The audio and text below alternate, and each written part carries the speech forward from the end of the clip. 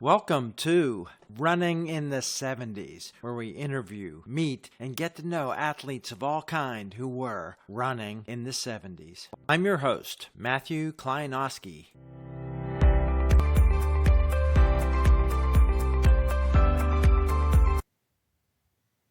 I hope you were able to join us for part one with Dave Patrick. And I gotta say, hold on to your batons and your seats and everything. This episode is moving, dramatic, and just a fantastic time. Enjoy.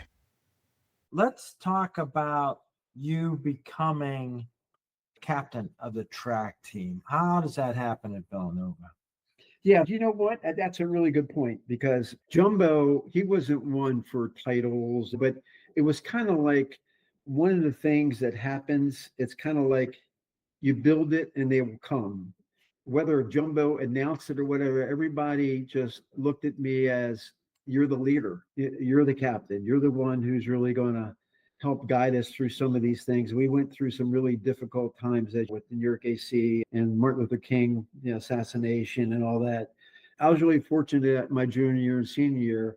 I was really perceived as the de facto captain of the team. And I had a lot of the black guys, which would be a nice confirmation. They used to call me Cap. And that was a special thing. Yeah, I bet. Let's talk about 1968. What was going on in the world and what then happened with NYAC meet? Yeah, man, that was a really amazing time with all the civil rights unrest and all the riots and the protests and so forth going on. And then it was like a Tuesday or Wednesday that week, Jumbo comes to me and he said, "You're going to have to hold a meeting." And I said, "What is it?" He said, "The black guys don't want to run in the New York AC meet." I didn't really understand all of it back then, but it was like New York AC discriminates. They don't allow blacks and they don't allow Jews in the clubs. And the guys don't really want to go up there and run for an organization that discriminates against them. So Jumbo said, "You have to hold the meeting. I'm out of this. It's whatever you guys want to do. I'm not making a choice of whether we're going to go or not." Jumbo was under a lot of pressure to bring the team, as you can imagine. Okay. So was I. So we have the meeting and we discuss the pros and cons of it. And what we decided was, I said, "Look, here's a piece of paper, write down yes or no that we boycott or don't boycott." I collected all the closed votes and I tallied them up, and we voted 17-0 to boycott that meet. And that sent reverberations throughout the world, because when has someone done this and made a statement as an athletic organization, well known like Villanova, that they are not going to participate in that meet because of principle? And so it was really hard on me. The year before, this was the 100th running of the New York City. In the 99th running, you were defending. Yeah, I ran 3:59 the year before in the 99th running of the race. And I was good friends with Ray Lump. And I dated his daughter. We go out to dinner at Mama Leone's after the races and everything. So he calls me up. He gets me in the dorm because we had phones in the dorms, right? And someone comes down and said, "Hey, Dave, someone wants you on the phone." So I go to the phone and it's Mr. Lump. And he's pouring his heart out saying, "Dave, is there any way you can make this work? If you don't come and the team doesn't come, then the meet's not going to be worth anything per se, because you guys dominate everything." It was hard because I had a personal relationship with him and he was a good guy and very good friend per se. I said, "I really wish I could make this work so it's right, but it's the principle that the team is standing behind. And I have to, as the captain, that's the choice that we have to make." And you personally voted to boycott too. Yeah, we 17-0. We voted to boycott that meet. What happened at the meet? What was the impact at the meet? What did you hear? Yeah, from the standpoint of the impact of the meet, it was, they were sold out before the meet. So it was I don't know how many people came to the meet, but it ended the running of the meet. Can you imagine? We boycotted that meet, and then New York AC never had another meet after that. It's harder to imagine a more impactful decision to do And, it. just to take it a step forward, yeah, our team was really close. We would have dinner together. And that's one of the things I think makes a big difference from now versus back then, is that we did everything together. We would laugh at each other. We would make fun of each other. I remember the time I was drinking my milk and a bar of soap comes out.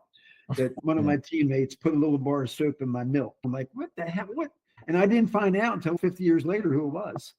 And I got even with them, by the way. But to make a long story short, as close as our team was, when we boycotted that meet, it created a solidarity that was, it's hard to explain. It just was a special moment of the bond that was, it was unbreakable. And so when we went to the Nationals a few weeks later in Detroit, Track and Field News said, USC will run away with the team championship, and there's going to be a race for second. 5 other teams could race for second, and we were one of those 5 other teams, right? So we knew that something special was about to happen, and nobody else, no other team did. Certainly Southern Cal didn't. Not only did we win the meet, we almost doubled their score, right? We beat them by, I don't know, maybe it was like 40% greater than what their score was, because I defended in the half and Larry won the quarter. We won the mile relay. Vince Pizarro scored. Irv, I think, won the hurdles, was second in the 60, or we won the distance medley. It was like the blessing that you get that you're not sure how it's going to turn out. But we were blessed because we did the right thing. It's like in life, you ask people to do the right thing, and then you ask your manager or your coach. You ask your people to do things right, and then you ask the manager or your coach to do the right thing. And we only did things right as a team. We did the right thing of what we felt was right to boycott that meet.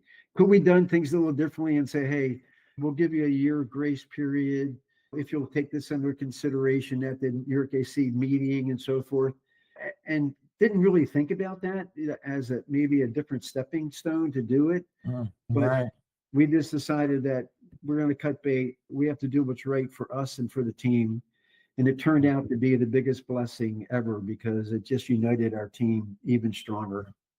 But 1968 was still 1968. And what was the difference with the Tennessee meet? Oh, yeah, the Tennessee, my whole 3 or 4 years there, we never ran a meet outside of Villanova. So this is the first time that we're running a national powerhouse in a dual meet at Tennessee. I think we were ranked second or third or second and fourth or whatever, the top teams in the country. So it was a powerhouse meet. And it was getting billed as that. And then what happened was just a few days before, Dr. Martin Luther King gets shot. He gets assassinated in Tennessee. And now all of a sudden, this is all over, as you imagine, the news, and it's all that's anything you talked about. And the black guys as well were saying, we don't want to go down there because they don't like us down there. And we're really concerned about going down there because we're concerned about what could happen. So Jumbo said, okay, Dave, you got to call another meeting. We called another meeting, and we're all there, and we're all sharing ideas and talking about it. And, you know, what an unbelievable, sad day this is for America. But what would we want to do? Do we want to show strength or do we want to show weakness? Do we show strength and say, look, yeah, we abide by and we believe in a lot of things that Dr. Martin Luther King believed in and said, but we also know that is it best to just pull away and not come, not go? Or is it best to show that we're not afraid and show that we have the strength to go down there and persevere and get through this time and have a great track meet? So we decided to do that. So we flew down and we got in the bus. And one of the greatest statements or sayings or passages that have ever been said, still so reminiscent in my mind, is because those guys were scared. Honestly, our black guys were scared. And so we get to the hotel and everybody's on the bus. And Larry James hollers out, I don't know about you guys, but I'm not going to be the first person off this bus. We all just started laughing because it was a truism per se. That's some of the things that they were thinking about. Yeah, this is civil rights area. This is a time when there was discrimination. This is where blacks had water fountains and whites had water fountains, and you couldn't do this if you're black, and you couldn't do it was a change. And then it was billed as somehow the north south, maybe the black white kind of competition. So here you have Irv Hall running the 100 to 200 and 120-yard hurdles against Richmond Flowers. Richmond Flowers is no slouch. And I guess he played Giants football for I don't know how many years. NFL, yeah. He was a world-class runner. And they've got a world-class quarter miler named Hardy McElhaney that Larry's going to run against. And he respects Hardy because he's a good runner. And then Jumbo knew that we were going to probably sweep the mile, but we needed to win the 800. So he dropped me down into the 880 against Larry Kelly, who had just won the Nationals the year before in Provo. He said, no, okay, you got to take care of Larry. We'll get the mile relay. So we virtually won every race. Larry ran 45.2 for his open quarter. World record's 44.9. And he ran 45.2. And then Irv wins the hurdles, and I think either the 100 and the 200 or the 200, one of the others. I think he won 2 out of 3. We won the 400-meter hurdles. We swept the 2-mile. We won the pole vault. That's one of the Vince Bizzarro. He was a good pole vaulter. We won the mile relay. I was fortunate I was on that mile relay. I ran like a 48-1 split for yards, which was pretty good, but it was 309. We ran 309 mile relay. Thank you, Larry James. And a dual meet. Yeah, and that's for yards too, right? So that's 308 for meters. Yeah. So make a long story short, we won like every running a race. And here's what's really unbelievable is that was in a bowl and it was grass all around it. So you're recessed, the track's recessed. And we had 10,000 people come to watch that meet because it was billed as, it was like an event to see, right?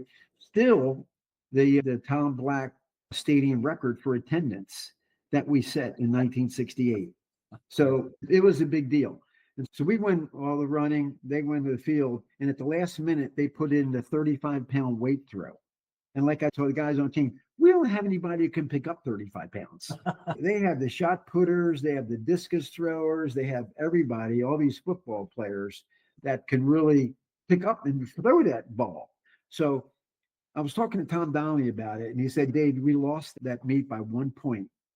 In the paper the next day, it says, Villanova wins track, Tennessee field. And that's what it was. So it was a great experience to be able to be there, to be able to show our strength, to be able to show the type of running program that we had built at Villanova, and to compete with a team that's got everybody. They have long jumpers and high jumpers and discus throwers and shot putters, and which we didn't have. But it showed the strength of our running program. And we were treated really well down there. We went to fraternity parties after. We had really a great time. They were just the best host ever. And you'll never forget an experience like that. But that was a transcendental thing as well, just like the New York AC, to be able to have that happen within a month. Yeah. Within a month or month and a half, those two things happened that really had a big impact on the world.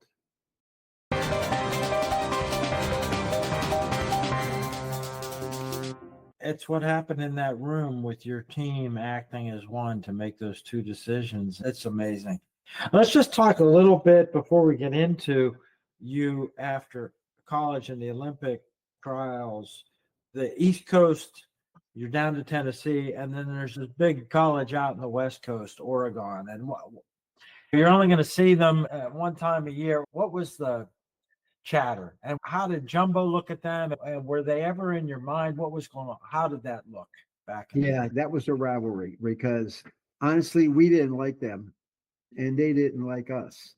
Now, not as an individual person per se, but the fact of competition, that we felt that I would have loved to have a dual meet with Oregon. That would have been like just the creme de la creme, but we felt that we could compete very well with them. We would have been faced off with some of their really great runners as well, and with our really great stable of runners. And so we respected them, but like Jumbo, it's still hard to believe that. And Jumbo was not political, and he really told the AAU and the NCAA's a piece of his mind so many times. Probably was a reason why it's hard to believe that he was never an Olympic track coach. For all the people and all the Olympians and all that he's produced, that he was never. Now I don't know if they asked him and he just said no, or they just decided that they weren't going to ask him. You know what I mean? Yeah. But he was a rare, not unique, but a rare case of this is the businessman who came exactly after work and coached the for an hour and a half best team in the country. He'd come after work, and for an hour and a half, he'd be there to train us. And a lot of times, we knew he wasn't paying really close attention because a lot of times he'd be hitting his pitching wedge inside on the football field. And then he would have a stopwatch, right? And then we would go by the quarter and he would holler out a time that we knew was wrong. We're like, there is no way that we ran it because he didn't start to watch. So he's probably just saying, oh, 67. 67? Oh my God, that was more like 60. And that was on the track where the first part was all like quicksand cinders that you had to get through. But get back to Jumbo. He was a great businessman. He was a good motivator in a way, led by example, but he was a disciplinarian too. He took no crap from anybody. And that's probably why the AAUs and the NCAAs didn't like him, because he didn't kowtow to them. And they wanted to be arm's length from him, which may be part of the reason why he didn't even know about that, about the meeting at about the Olympics, because they know that we got to keep him away per se. But I think that Jumbo was good. He different strokes for different folks. He did recognize strengths and weaknesses in different people and tried to give them appropriate kind of training and working out to bring out their best in them. So they decided where the Olympics are going to be held fairly far in advance. And so while you're running at Villanova, when did Mexico City start looking as something, oh, wait, Mexico City, I'm going to be out? I guess probably I was fortunate enough to make the cover of Sports Illustrated. That was right around, I think it may have come out right before I ran that 3:56 in the IC4As, where the first time that 5 guys broke 4 minutes for the mile in 1968. At the end of the article, I remember saying something like, there's nothing like running in the Olympics, and winning in the Olympics was like, I don't know, the last paragraph of it. So I've always been thinking about running the Olympics. Even when I was a 10th grader, you always dream about it. You always think about it. You always like, wow, wouldn't that be great to be able to do that? So it was always on my mind, but it certainly became more on my mind junior year because I had such a great year indoors and all. And then senior year, things were starting to come on. I was healthy again, really finally putting in some training without being hurt for a period of time in between. So I was able to train really from when I got rid of the fracture, like in March, April, May, June. I trained for 4 months straight, which is pretty good. And then knowing that I could keep training for another 3 or 4 months before the Olympics happened. Yeah. But I wanted to be at my best for the Olympic trials in Los Angeles Coliseum, the end of June, because I knew that's my pathway. If I could just win that race, then I could be on the schedule and the program to be at my best in October. Yeah. That was my thinking. I just want to go back to one thing that I'm just curious about, and then I want to talk to you.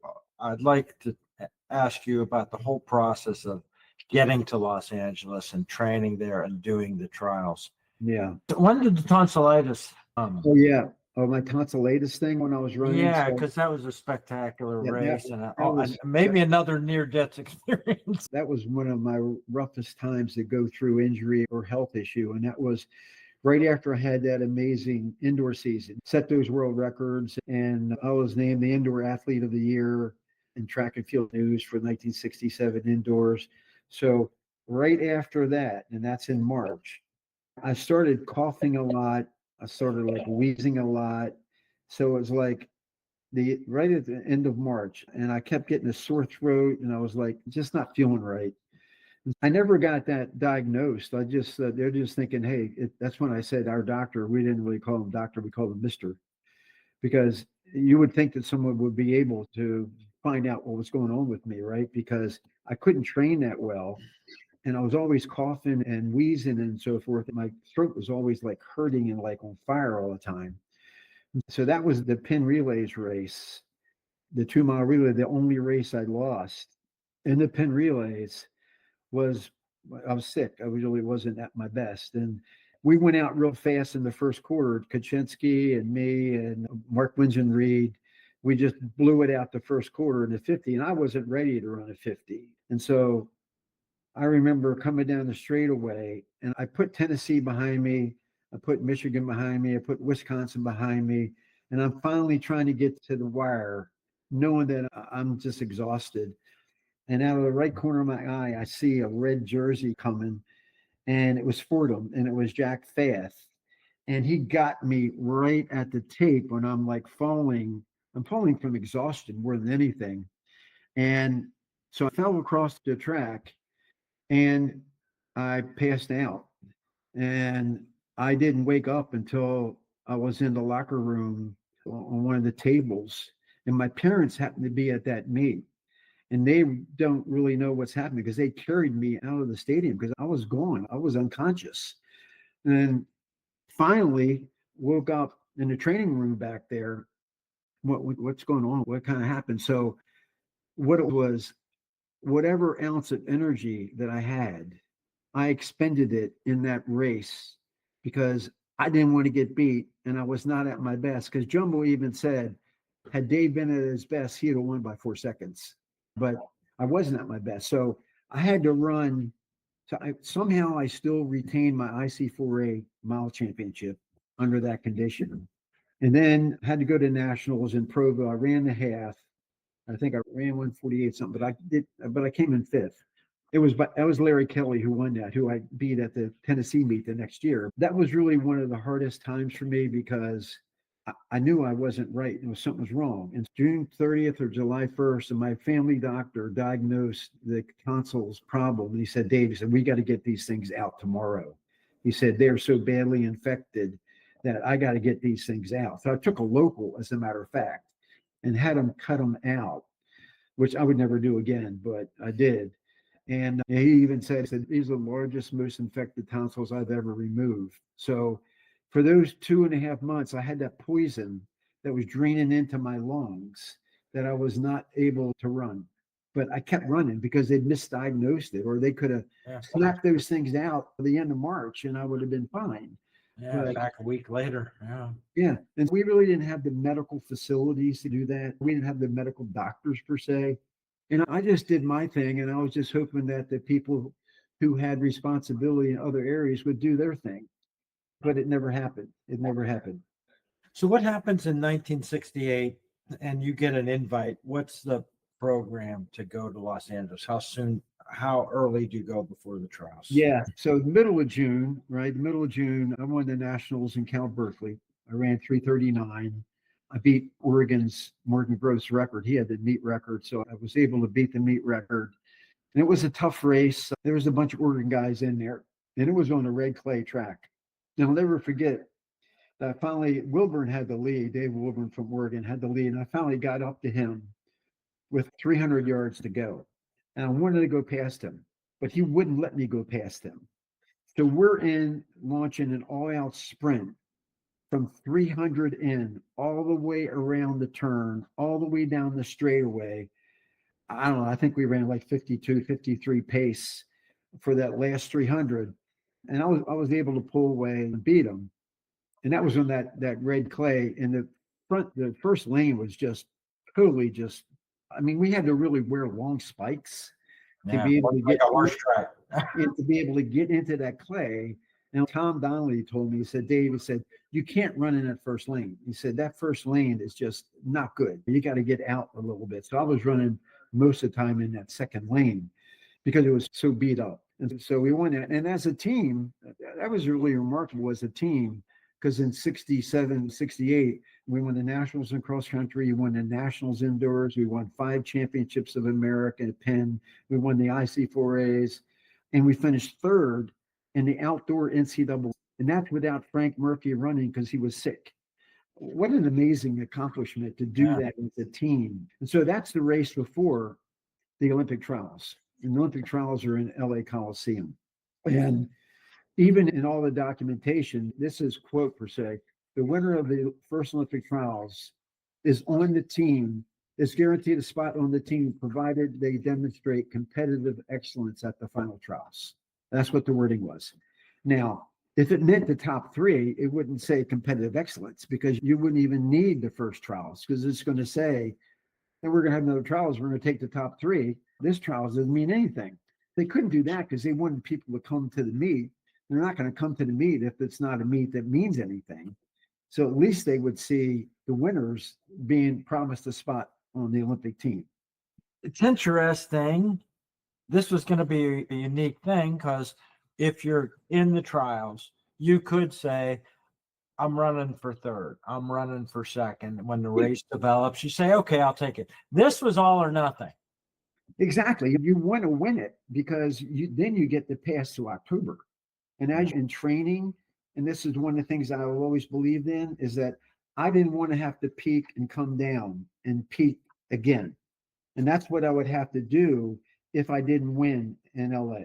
We'd have to peak for the trials in Tahoe. Yeah, I wanted to make sure I won that, so I wouldn't have to go through another peak and then retrain and another peak to get ready again for October. So I wanted to be able to have sustained strength training through all that, and then layer on the real speed before the Olympics to really get ready to run my best race. All right. So we know what happened, that they changed the rules, and they didn't change the rules in Los Angeles. No. They just went along with plan A. And I know Sam Bear's out there, Jim Ryan gets a little bit healthier, and they're going to be battling for the next two places on the 1,500 meters, along with the Oregon guys and everybody else. Yeah. So what happens after LA, and what was your approach? My approach was, okay, let's get up there. Let's do some high altitude training. I'm feeling pretty good that I can run as well as anybody else can at high altitude, because that year at Laramie, Wyoming at 8,000 feet, I still ran 34th in the national championships. So I know that I can handle high altitude. And that's why it was confusing that they want to try to say, okay, we're going to find people who can run high altitude who can't. That's crazy. That didn't work. Yeah. So I'm training and I'm running more distance in the morning. It was beautiful out there to go run some of the lakes and some of the back parts. And Marty was my teammate. He was also my roommate. He and I shared the same trailer together. Okay. We were training differently, because he was training for the Olympic trials and I was training for Mexico City. So we really didn't a lot of time to run workouts together, because he was running different kinds of workouts.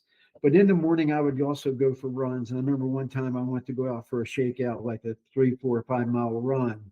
And I got caught in the experience of being in a zone. And I ran 9 miles and then realized I had 9 miles to run back, because I was watching this beauty of Lake Echo Lake and Lake Tamarack Lake. It was like in a zone, and I couldn't stop running. That afternoon workout was pretty tough after running like 18 miles in the morning, which I never ran that far in the morning. And so I was doing well. I think I won every 1,500 meter race that we had in the trials.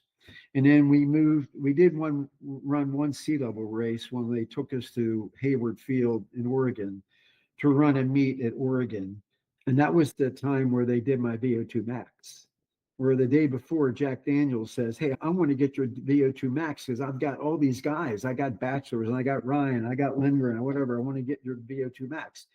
And so the race is on Saturday. And he said, the only time we can do it is Friday. And I said, yeah, I kind of like to rest up a little bit on Friday for that race, because I know Oregon will be gunning for me, because they had 3 guys in that race. And I said, I got to beat those guys. And so they said, well, that's the only time we can do it. And I said, no, okay, we'll do it. What's involved? He said, you have to run 3/4 in 3:05 in order for us to get the reading. And I said, wow, that's pretty quick. That's not loafing, that's for sure. And so he said, yeah, and also we'll have a car running next to you, and we'll have this contraption on your face, and then we'll have a long arm that'll go to the car, and it'll get all this data that we need. It sounds crazy, but that's what I did. So I said, okay, I'll do it. So I did it, got my VO2 max. I think it was 78.6, I think. And Yeah. Hall of Fame level there. Yeah. Yeah, and so I did that. No, one thing was surprising is I had the second highest lung capacity. I think it was 200 milliliters, whatever that number was. The only guy who had higher was Jack Batchelor. He's that 6'7" runner. He's got 6 inches on you. Yeah, 6 inches long on you. Yeah. So that probably was a good contributing factor in terms of performance. We did that, and I'm happy with it. We got it done.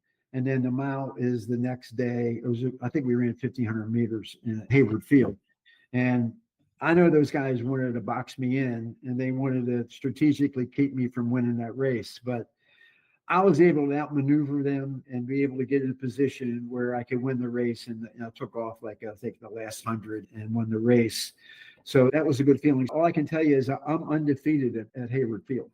Yeah, you are almost undefeated that whole season. And yeah, I hadn't lost a race pretty much until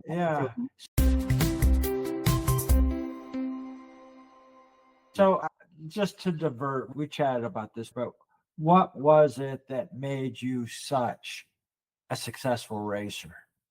I think maybe goes back to my discussion with Ron Delaney. When I was a freshman at Villanova and at the Palestra watching a basketball game with Ron Delaney, who was an idol of mine, of course, because he's a 56 Olympic gold medal champion from Ireland. And he was everybody. Everybody knew who Ron Delaney was. And I'm like sitting next to him at the Palestra, and I'm like in awe. I'm a freshman, a lowly freshman, right? And I said to Ron, can you help me understand how you get ready? What really gets you ready for a race? And he said, Dave, I'm going to see if I can remember verbatim what he said. Look, he said, there's a fine line difference between being worried and being concerned. If you're on that other side of that line and you're worried, then all that adrenaline you're building up, it's going to be negative energy. You're not going to use it productively. And you most likely don't feel that you can win the race. And as well, you probably don't even have a plan for the race or a backup plan for the race. You're just kind of going along, being part of it. But if you just take that line and you move it to the right a little bit, and now the word is really concerned, then you are prepared. You're going to use that adrenaline that's rushing through your body in a positive way that's going to produce an extraordinary performance, because now you're prepared. You know what you want to do. You have a race plan. You have a contingency plan. You respect the competition, but now it's your time to prove it. And I'll never forget that. That probably was, other than a few other things with Glenn Cunningham, my brother, my good coach, and all that, and the things that they shared with me to try to help me get ready. I will never, ever forget where I was and who I was talking to with Ron Delaney and his words of wisdom that resonate with me today. Yeah, and I know you've passed this stuff on and helped people. We'll talk about some of those impacts you've had on other people. But you leave Hayward Field having nearly lost a race. And then what happens back in time? I tell you what, it's something I don't want to think about sometimes, because I've struggled with PTSD for my whole life, because it's crushing. I know. I appreciate whatever you want to talk about now is fine. It's a crushing thing, and I encourage people to read the book where there's some detail of it, the Villanova story, Touching Greatness. They can find some of this out, but whatever you feel like talking about now. So I find out that I didn't know what the meeting was about. I didn't know. No one knew. My coach didn't know, right? We had no one representing us. We didn't have a lawyer there to hold our rights. We didn't have someone to say, wait a minute, you're reneging on your promise to these people. They've been training their whole life for this. And it just gets, all of a sudden, it's a new chapter. It's a new strategy. It's a new program. I've got to put myself on a rush training program to try to be at my best in such a short period of time, when it takes months to get ready for a race like a final Olympic trials, when you thought you were on the team and now you're not on the team. And so competing at the highest level. They walked in the room and said, hey, What do you think? We throw out those Los Angeles results and start all over. That's Yeah, basically what they said. yeah, and it was Bowerman called this meeting, and it was hastily called. We didn't know what it was about. And so now I'm in the room with friends. Because you can have 10 guys up there training, but only one guy who wins. And they're talking about, if I remember correctly, because sometimes I don't want to remember any of it, but they're talking about potentially even taking a vote to amongst the athletes to throw the first out. I'm going, I know where that's going to be, right? And I remember saying something like, I don't know what, but I think we should send our best team. And I guess that got interpreted as well as to say, okay, then we'll throw out the first trials. So whatever happened in that maneuvering when Peyton Jordan is out of the country and he doesn't even know about what's going on. And He's the team coach. He's the head track coach of the 68 team. And he's out of the country, and someone calls this meeting and thinks that they can resolve this. They think they got themselves into a problem that why should we give passes to the guys who won in LA if they can't run in altitude? That's kind of what they were like figuring. Then you know what? Hell, we'll throw out the first Olympic trials. And that doesn't mean anything. We'll just renege on our promise to those people. And so that's what happened. So they throw out the trials within days of the final trial. And now I got to be ready to run that most important race. And I remember saying, okay, I got to do something. So I went to the track and I ran a 3/4 and I ran it in pretty good. I ran 2:58 for 3/4, which is really good. But because I needed to know where I was. So I came back to the trailer and Marty was he was upset with me about it. I said, Marty, I had to go out and ran 3/4 at 2:58. He said, why didn't you tell me I'd have run with you? And I pretty much said, you're on a different program than I am. You're already tuned to what you need to do to get ready. I'm nowhere near ready to be ready for that big race. And I need to now win if I can, or be in the top 3, because now I'm no longer on the team. And so I remember, and this is the more tragic part of it. So I guess Bowerman thought, hey, I did something here. I got the chance. I got the first trials thrown out. Marty thinks that he threw it out because he wanted to give a better chance for the 3 Oregon milers to make the team. Yeah. Instead, they were shooting. You know what I mean? They have a chance of getting 1, 3, Yeah, or 2 or 3 yeah. spots. I got 3 spots. And it's kind of like Jack Daniels, that renowned physiologist, was asked one time. He said, Jack, if you won in LA, what would you be doing? He said, I'd be training for Mexico City. That's what I'd be doing. And everybody knew that it was not the right thing to do, but my coach didn't even know about it. I didn't have my coach. Jumbo was not at Lake Tahoe the whole time I was there. He just showed up for the final trials, right? Yeah. So we had no one representing us. We had no lawyer. We didn't even know. You would think that they would have let our coaches know that we wanted to try to train straight. We wanted to change what was promised at the Olympic trials. Jumbo would have gone crazy. Jumbo would have they would have been in court before you ever know it. But then it was done. And now I'm dealing with the fact that I now have to get ready in a few days to run my most important race ever. And it's the first time, and I don't remember when I'm on the starting line, because in the semifinals, Marty and I tied in the semifinals. We both ran 3:48, which was 4 seconds faster than the final time. And so I was sprinting down the straightaway, and feeling like my thigh muscles were singeing, that there was burning up. And I did not know what it was. And I never told anybody about it. In hindsight, I'm sure it was probably some part of a hydration issue where they didn't have any moisture or whatever. They just felt like they were singeing, you know what I mean? And so I never felt that before, and I never said anything to anybody. So that's creeping into my mind saying, what is that? I've never experienced that kind of before. I'm now dealing with the self-doubt. And Ron Delaney said, I'm now dealing with the worried side of the race. Wow. Because I can finally say that when I'm on that line, I didn't have a plan. I didn't know where I was going to run. I didn't know how I was going to run it. I really didn't know per se the outcome. And I felt like I was just lost, that I didn't have a purpose, that I was not ready to run the most important race of my life ever, after dreaming about this for years and years, and to be there and knowing that I'm on the line and I'm not ready to run my best. And I came forth. Was really just tragic per se for me, and I deal with it. It's a hard thing to deal with. It's like the thrill of victory and the agony of defeat. That Jim Fine. McKeon say on the Wild World of Sports, where I had the thrill of victory when I won the LA trials, and not knowing I also got the agony of defeat of finishing fourth. Finishing fourth Olympic trials is one thing, but finishing fourth when you were on the team and taken off the team is another thing. Yeah, obviously not something should happen. For people who aren't athletes, who aren't elite athletes, who aren't at this level, I'd say, imagine you won the lottery. And then they said, you know what? We're going to draw a winning ticket again. No, it's not skill-based, but it's the same thing of gut-wrenching. The basketball team. I did what I was supposed to do. I played fair, and this happened.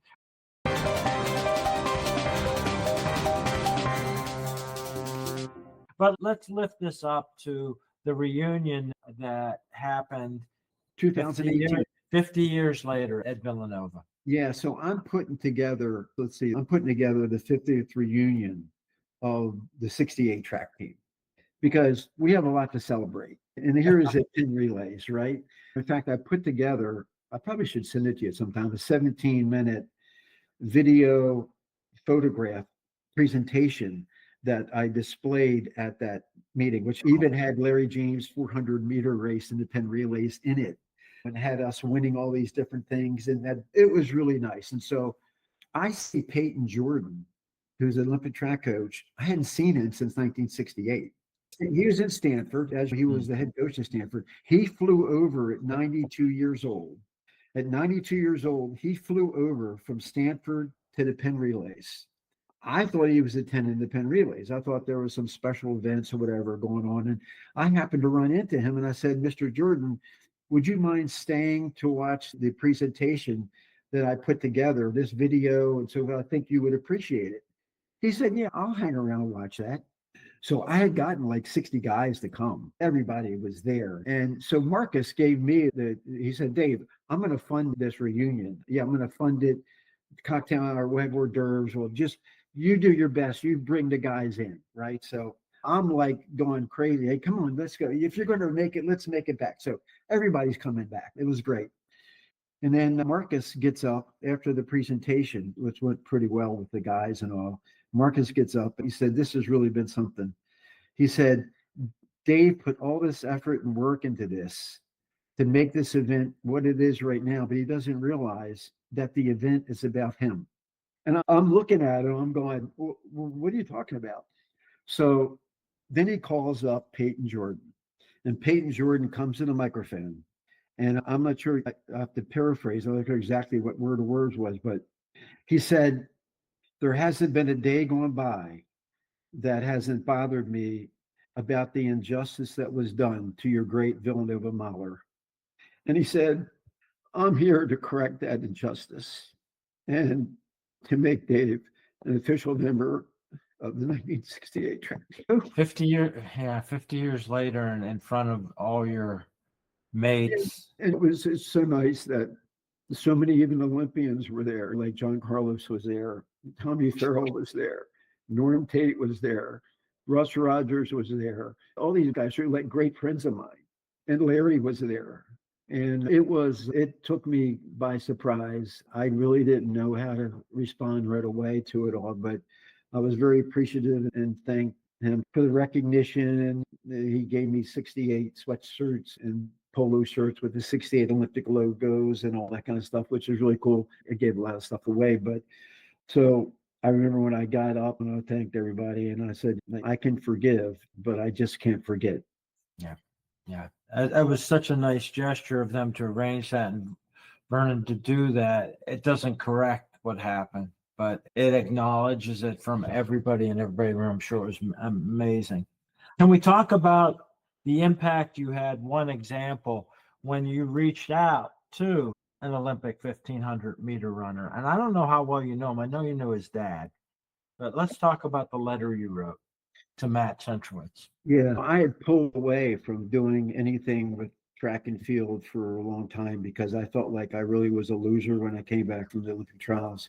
In fact, it took me a few days to get back there because I didn't really want to face what was going to happen because I thought I let my parents down, I let my school down, I let myself down, I let my teachers down, I let the community down.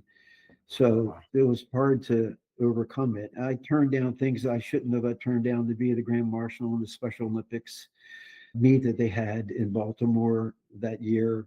I turned down trips to run in Bermuda and different places because I wasn't at my best, and I would only go and run if I was at my best. And I turned down opportunities to do things because I was still, per se, grieving. I didn't realize that what I was going through was that my thoughts and feelings were exactly opposite of my actions, which I was diagnosed of having like reactor syndrome, that this PTSD had really created a real problem where you didn't want anything to do with track, you didn't want anything to do with meets, you didn't want to do anything with going to the relays, you didn't want to do anything for a period of time because I couldn't cope with it.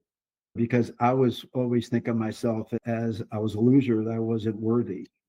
It wasn't until later that I decided that I've got to do some things. I helped some people coach some teams and they get some good runners. And then I decided, you know what? Matt Centrowitz Jr. was a runner in Maryland. And I decided that, you know what, Dave, take the time to write a letter and share with him everything that you think that made you who you were, everything that you learned from Jumbo, every little piece of wisdom, whether it was Ron Delaney's wisdom or whether it was Dr. Glenn Cunningham's wisdom or whether it was my high school coach's wisdom. And what was it that you could also share with him that would really help with the mental preparation that's required to really reach the top of the top? So I took a lot of time and I wrote this letter. It was like 2.5 pages that I wrote and I sent it. And coincidentally, Matt got the letter, I guess, on his way up to the Penn Relays.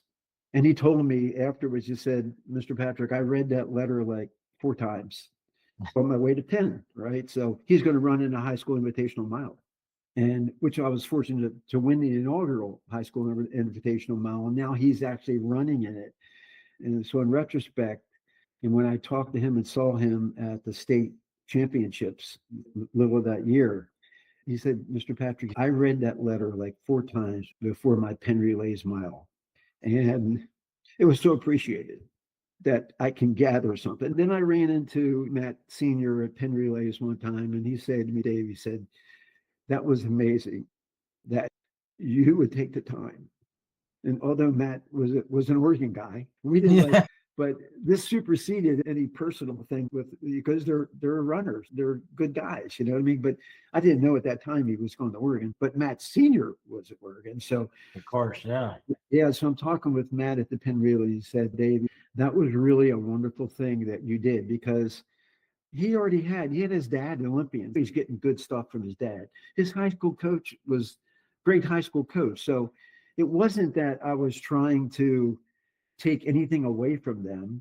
They've done wonderful things. It was just that maybe I had a little different perspective.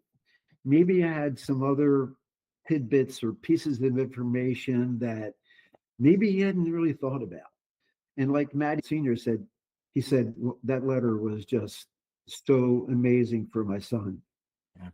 Yeah. It's a kind of letter that doesn't come from a dad. It comes from a hero or an outsider with no hidden agenda. You had no agenda except could I possibly help you? It's a wonder. It's your life and these monumental impacts from NYAC, Tennessee, to all the way through here decades later.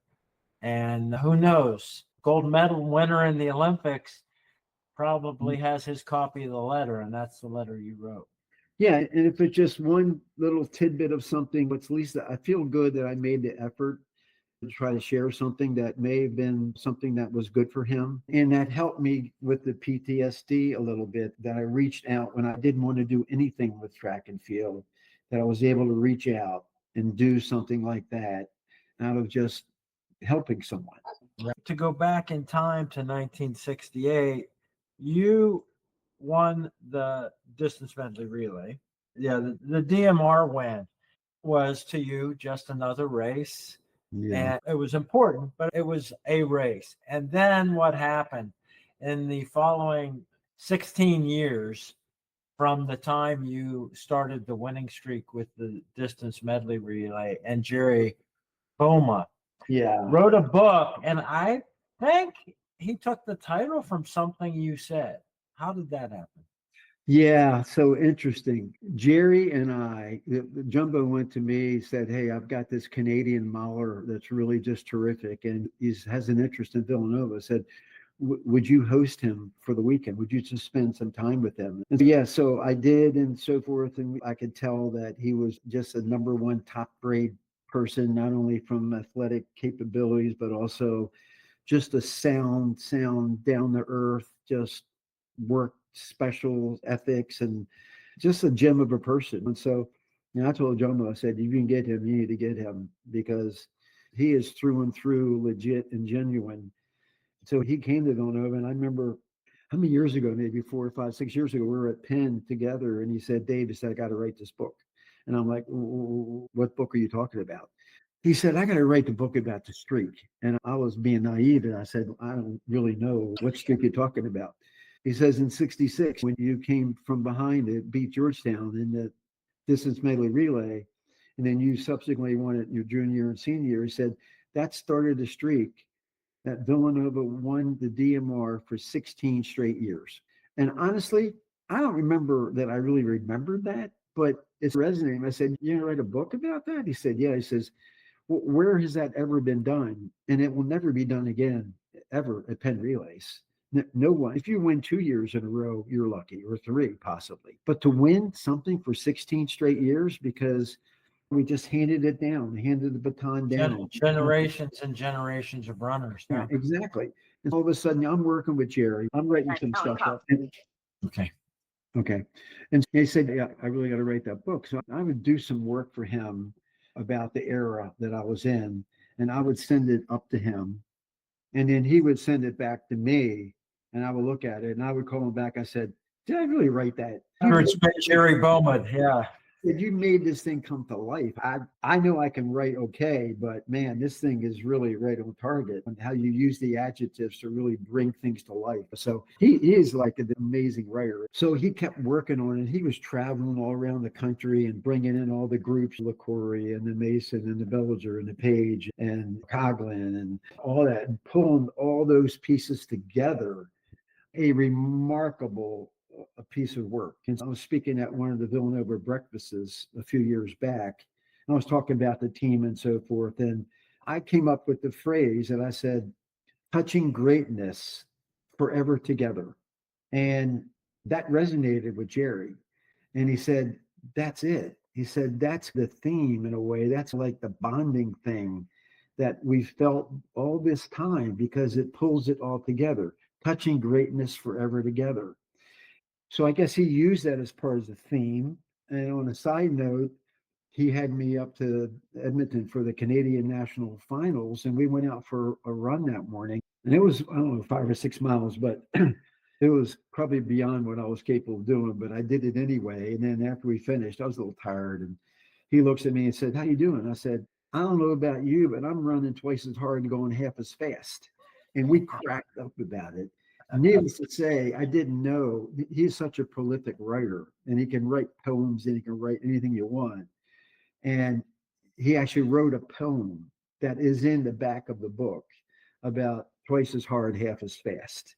And I think he's even written some more now, like maybe a quarter as. Yeah, it's done the a couple decade later update. Yeah. And so he pieced that all together. And that book that he did, as was the New York Writers Association of the Year Book of the Year. Yeah. And I got the opportunity to accept the award on his behalf, because he was still in Edmonton.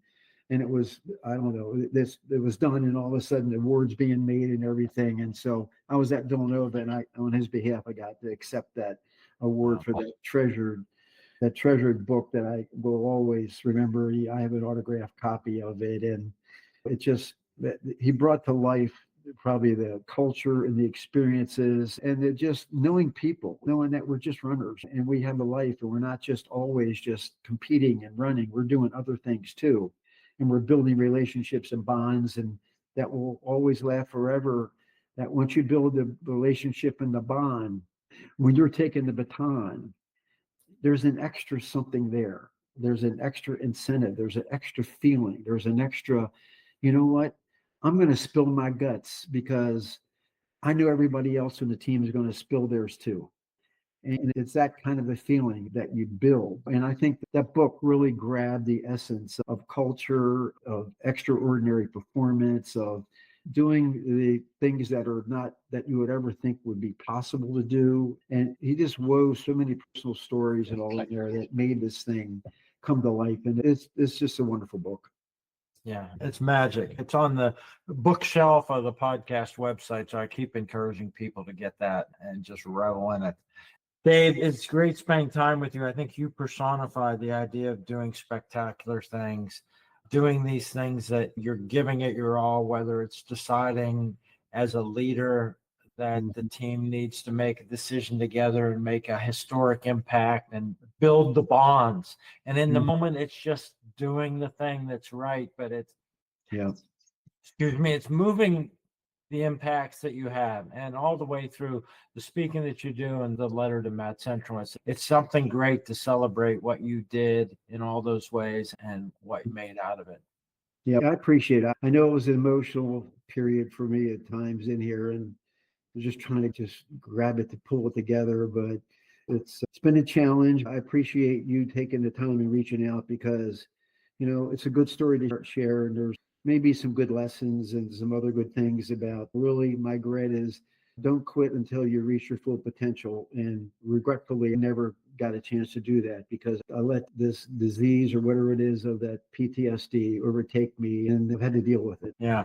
The thing you brought up about the bonds and the friendships we form and everybody who ran in the 70s and was part of a team can relate to that. And so many of each of our own relationships crossing paths with the people that we met in the spirit of competition and in the spirit of self-discovery and those turbulent times. You just do a magical job of describing it and sharing your experience.